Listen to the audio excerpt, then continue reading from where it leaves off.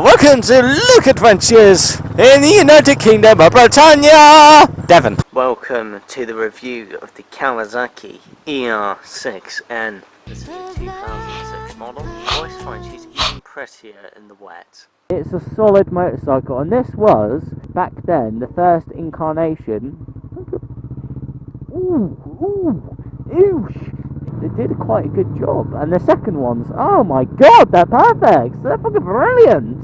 Might remember a few bits, but hey, I've learned that there is no perfect manufacturer. There just isn't. I mean, they all have their own problems. Every motorcycle has its own quirks, if you like. See, rapid braking, pretty good. Front brake is like, fucking man, it's like, so that's a bang. And for just pure acceleration, it's also mad. I think it's mad. Watch, ready? Oh, see what I mean? She's got bang. Oh, she's fucking mad. She's like bang, bang, bang, bang, bang, bang. She's an angry, happy bike. It's showtime.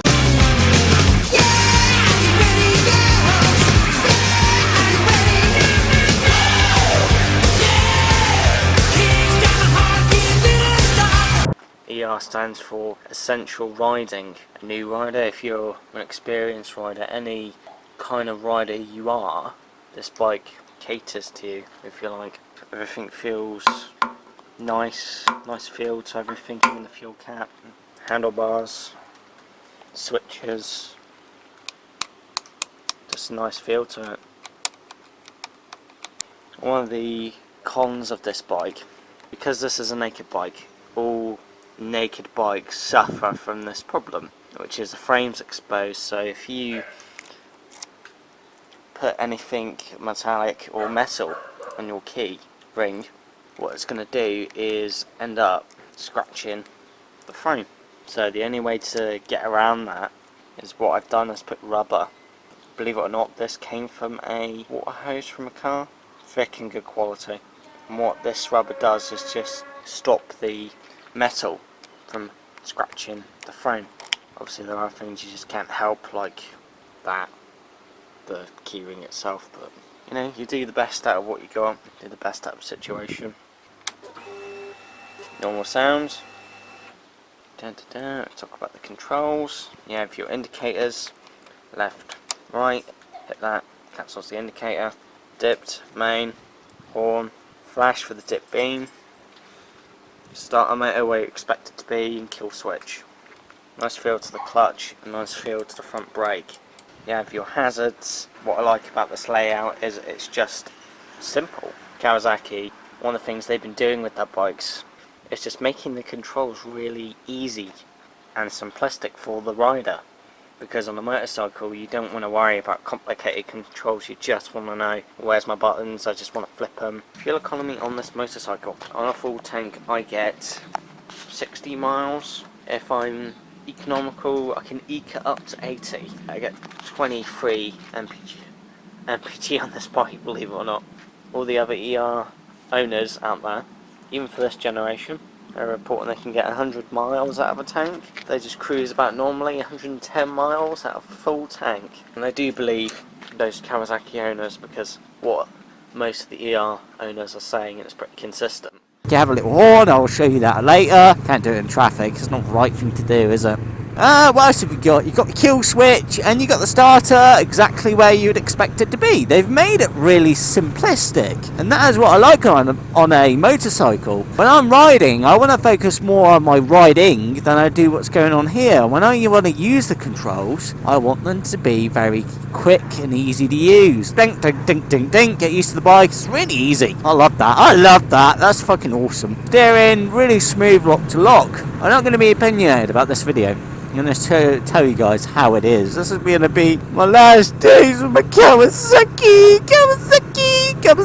You're going to miss it too. Guess what? I'm going to an F. You're going to an F. An ER-F. Oh yeah, it's going to be fucking brilliant, bike. Please just chill out. Please just fucking chill. Indicators, nice and easy, left and right. The neutral, green when you're in neutral. When you're in gear, the green light goes. You have a reset for your trip. So when you've refueled and you just want to set your trip meter, so how many miles you've done, you can do that. You've got a mode for the clock and the trips. Really just simple to use, easy to use once you get to know the bike. Steering is fantastic. Clutch levers, you can fit these shortened ones, the fuel tank. It's a very fast bike, and you can just go fucking ballistic with it, and then you can just cruise about. It's really good at just being a mental fun bike when you accelerate and want to go like a clappers, and then just cruising about. You can just cruise on this bike, and it's just like happy doing it, which is a really nice balance. The angles of the bars, good. See, the way I see it, and I talked about this on my test ride of the F, the way sport bikes are, with the handlebars being at an angle, is so you're in a nice comfortable position. You're upright, you're not having to bend your back, you're not having to stress any muscles. It's really comfy. The seat, nice and supple. I could ride to Roehampton and ride back, and I'd be okay. My arse would start hurting at that point, but that's pretty decent for a mid-weight motorcycle. Insurance groups, not too bad on this bike. It's insurance group 10. My first quote was, when I started out for this bike, 685, but now it's gone down to like 420, which is not bad. Tax is £80. MOT, not bad. This Kawasaki's not known for rusting. The chassis doesn't rust. It's all painted. Dodge it! Why, yeah! Dodged it!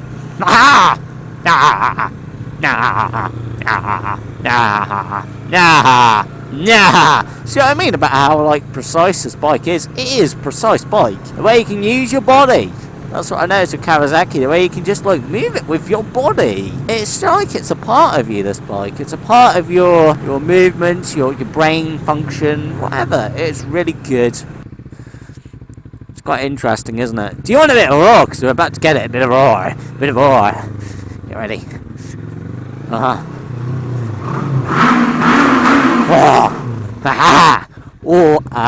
So busy. So busy and shit. Okay, let's talk a bit about the motorcycle. Oh, it's cold out here, guys. It really is just bloody hooligan cold, isn't it? Am I going to do this with the bike off? Yeah, probably will. For the moment. So, water-cooled engine, the lights. So, you have a side light, and you have the dip light.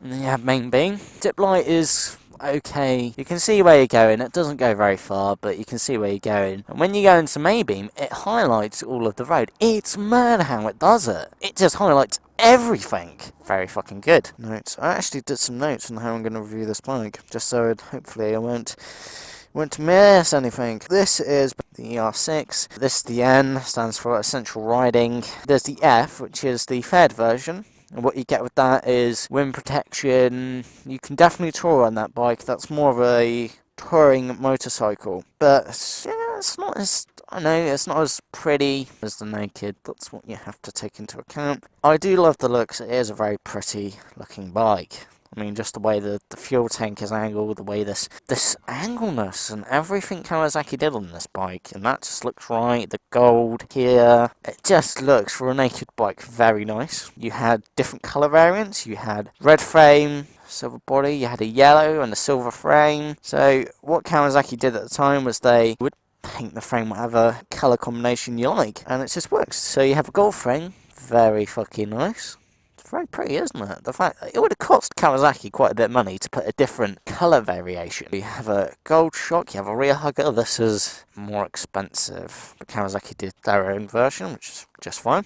And this silver engine, silver this, a silver combination, silver alloys, and then you have the gold forks and the gold frame. It just looks really nice. And you had red and silver, yellow and silver. This is the black and gold. This gives you 71 brake horsepower.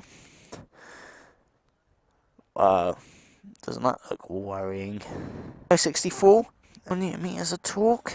It doesn't feel like, it feels like 3 times more. So the engine, this is back then, this is Kawasaki's new twin parallel. The way they angled the crank, It basically makes it sound like a V-twin, because they've angled the cranks so the bangs are in a particular order, and bang, out you go. You have an engine, spins up faster than normal V-twins, but sounds like a V-twin. It's perfect place you want an engine. It's streamlined, it has a low centre of gravity. They stacked this for weight, but also make the balance better. This is a stacked 6-speed box. You have these wavy high-performance discs, 2-piston caliper both sides. It just looks really pretty. You have Dunlock.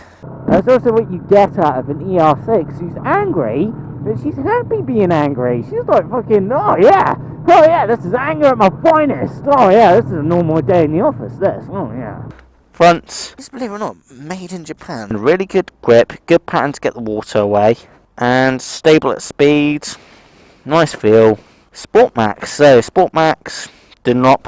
Why does the markings always have to be like upside down? Here's a 120/70. The ZR17s. On this bike, I'd recommend the Dunlop Super Max. They've been really good. Water cooled, radiator. It has a fan, so if you're in a hot traffic, you're on a hot day, it will keep the engine nice and cool for you. Stop overheating. You've got your regulator here, the generator on this side. That is a wet clutch, nice and smooth. Electronics are all cabled in this nice sheath. Will last quite a long time. Good lock-to-lock steering. And then as you come round, here's your adjuster. Turn this. This will adjust the rear swing arm. This will lock the adjustment into place, and you work on these teeth here. So this is what it is, and these are the teeth on the swing arm, if you can see it. And you just line it up both sides, lock it, job done. Chain, the ring. High performance, 1-piston tyres. So this one is using Dunlop Sport Max. These have a really good pattern on them. I get a decent amount of grip from it. Pretty good in the wet. They're good. Anyway, it's nice and big and chunky and thick. Caliper, you've got a decent amount of braking force from them when you need to put it down. High performance wavy discs. On the song exhaust, let's hear a noise. This is louder than your normal ER6. Oh, behave. This feels very grunty for a 2-cylinder. That's what you always find incredibly interesting. It's very grunty, and you get quite a lot of rum from her. Basically, she's like a fucking angry, happy bike. Got a really decent travel in them. She absorbs the bumps really well. Adjustable shock absorber. Brake light is alright. Rear light is good. Hydraulic telescopic forks. This has a dual throttle body on injector bike. Rear tyre. That was for me. It was like 90 quid. Fuel tank. What I researched. This is really designed to take 95 octane, which to you, which in English means just normal fuel. It's not designed to take high performance fuel. She's got a 15.5 litre tank. If I put premium fuel in this motorcycle, it costs me about 22 quid. So if I put normal fuel in her, nearly 18 quid. Not terrible for a 650. Okay, let's move on to what you're seeing in front of you. You can put a top box on this motorcycle. I like where the rev counter is. It's really quite good where it is at the moment. Red for, I don't know, Fury. That's the way I see it, Fury. If you're ever going to run out of fuel, the motorcycle gives you a little reminder. It gives you a fuel warning sign, and you've got 20 miles of range left. That is the CDI light, just to let you know if there's a problem. If the oil temperature is too high. Nice clear display. So you've got miles per hour, and I kind of like it the way Kawasaki have done it, because they put the rev counter in the front. Oh gosh. Always kick your leg up. Oh. You've always got to kick your leg up on a motorcycle, not to damage the paintwork. It's just a good position, because that's the first thing you see on a motorcycle. And you worry more about your revs. You know your miles an hour are pretty good, but your revs is what you look at a lot of the time. Quite clear, it's pretty accurate for a speedo. The aggression of this bike is normal. Good turning circle. It's quite good at low speeds. I love the looks. I love the gold frame. It's a shame Kawasaki stopped doing it, but the reason why they stopped is because it was costing them too much money. So what they did was just go for a standard black on the next generation. Paint is lovely. Lovely, jubbly.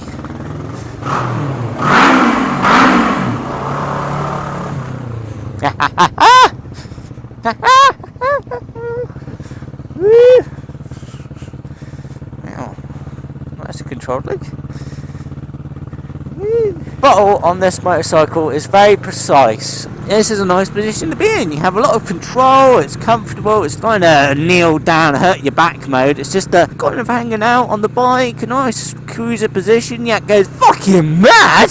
We decide to have some fun. And that is what I like about this motorcycle. Its fun factor. It is fucking mad. It's mad in a happy way.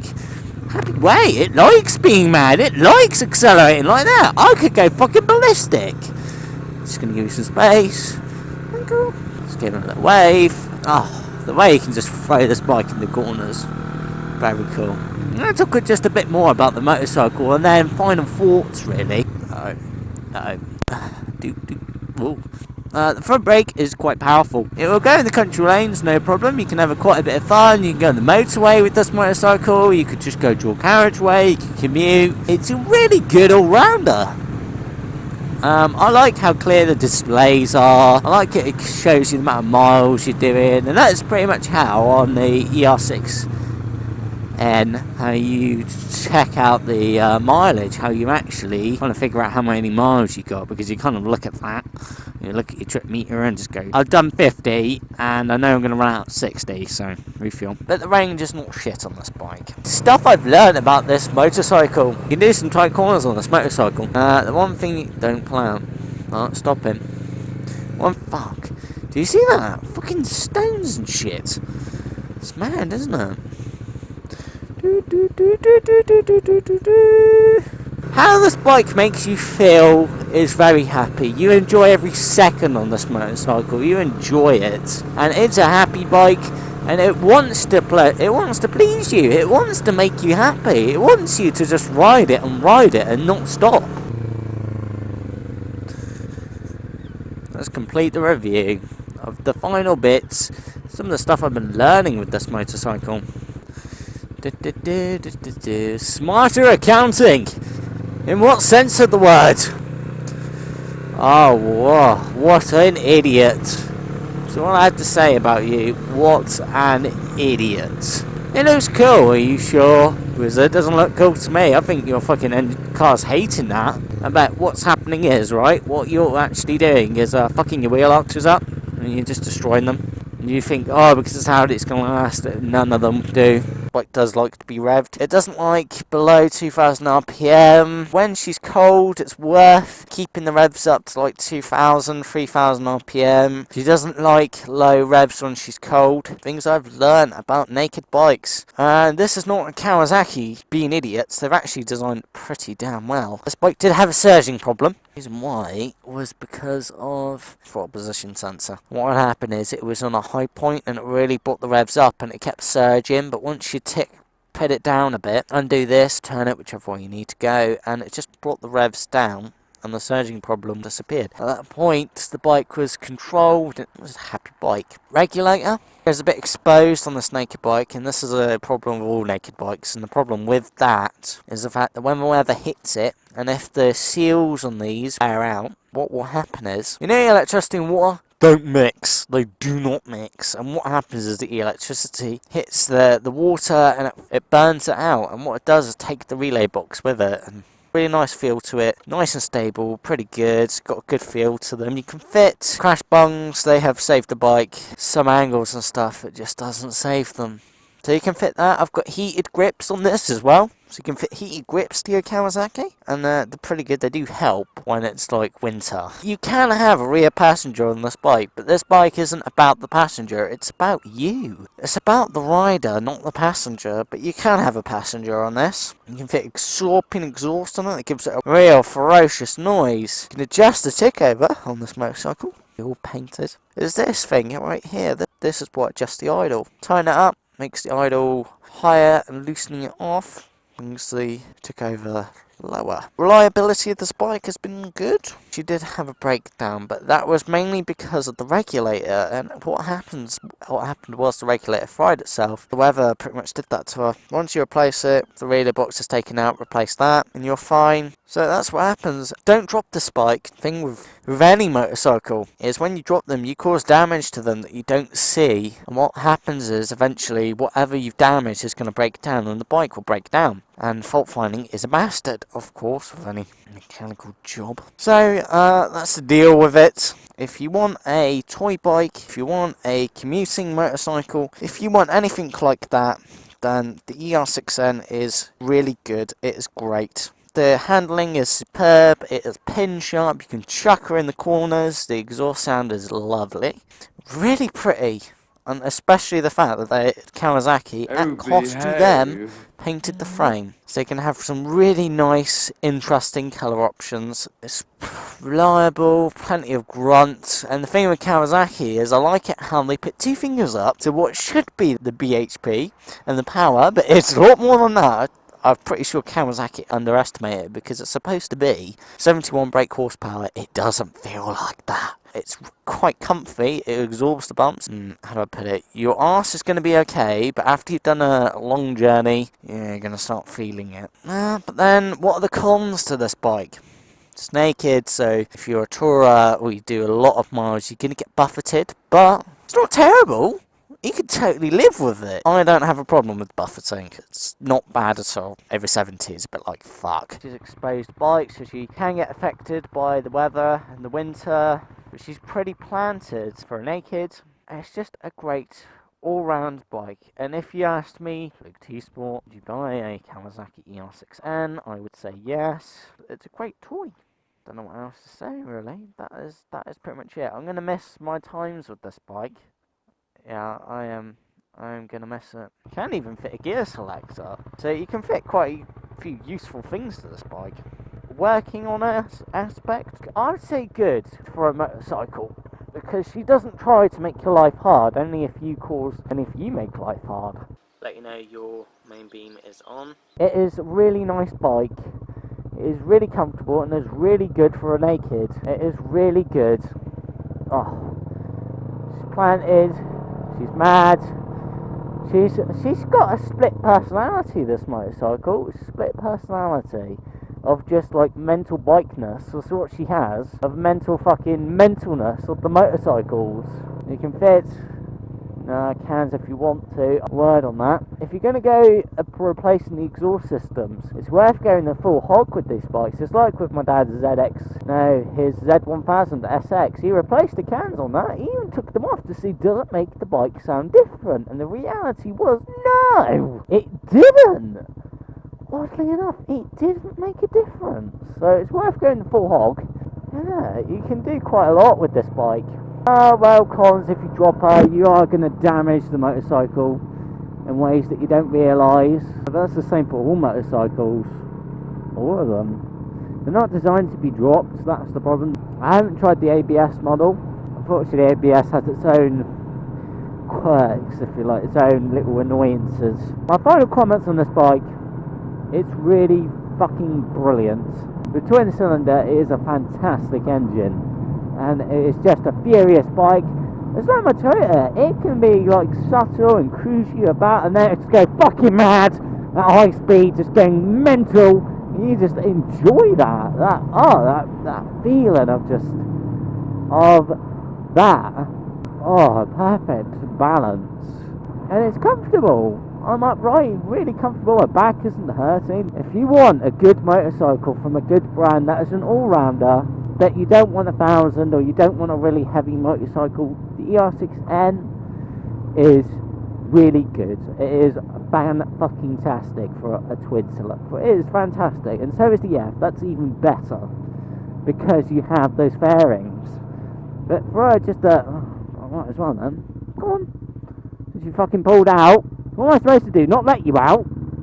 Donkey. The clutch is really good. It's like just good. It's lightweight. It's like bang, bang. In fact, you just watch. Drop a gear. Go. Look at that. She's like bam. She's like fucking mad motorcycle. Just the EIN is fury at its finest. So, final comments on the ER6-N. If you want looks without the fairings, fucking spot on bike. If you want just a commuter, fucking spot on. If you want a play bike, spot on. If you want something reliable that gets you around town, spot on. So that is the end review of my ER6-N, and I think this is the last ride I'm going to have on this motorcycle. This is it, guys. This is it. I've enjoyed my time with it. Oh, steering is very pin sharp on this motorcycle. It really is. So, my final send off for the Kawasaki ER6-N. Here comes the final send off for my baby bike. On my baby bike. Alright, are you ready for this?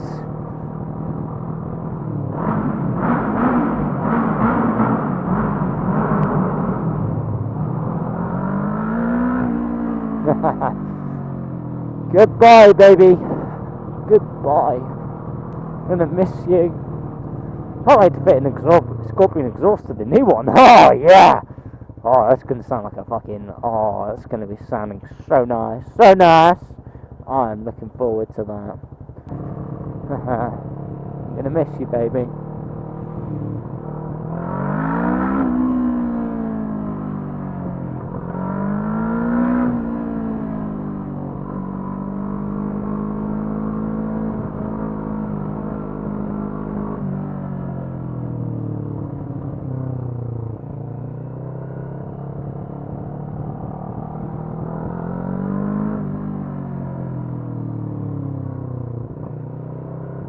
Back to normal mode. That's my send off. Because that's how you make me feel. And I'm gonna miss you. But times have moved on. And it's time to upgrade to something. Ah shit, the horn, I forgot about that. I'll show you guys the horn. And it's okay. Don't get me wrong, for a horn it's kinda like meow. It's kinda like that, it's kinda like meow. But it's kinda like meow. But you know, it's not a shit horn. That's what's out there, guys. That's what's out there. Oh, I have missed motorcycling. I never go fast on this roundabout because of that. Because people just pull out on that roundabout. Like he would if he didn't see me. See how she's still fucking pulling out. So, the final send-off for this motorcycle.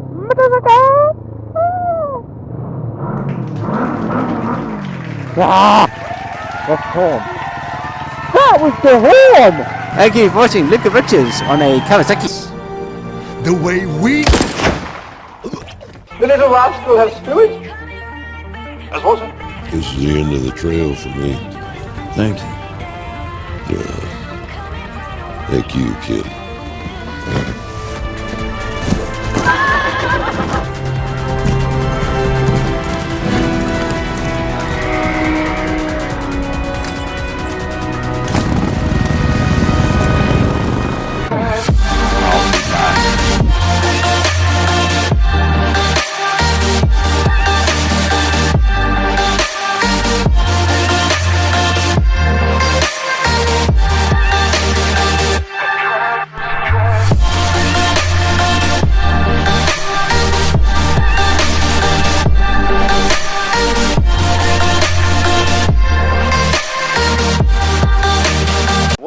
Is when I reviewed this motorcycle, the problem I found as the first part of my video, so you're gonna have to excuse me for this. Didn't have any sound the first bit, and I've tracked it down to the fault of my helmet. This bit of the video is just to fill in the gaps that are missing. You always think of new stuff after you reviewed the bike and think, damn it, I should do that. He's got a name that's supposed to stop the tank getting scratched. My helmet's kind of out of commission at the moment. My vlogging, but I'll be back up running this week because I've ordered the new wiring to sort this out. All because of a lead. Typical, isn't it?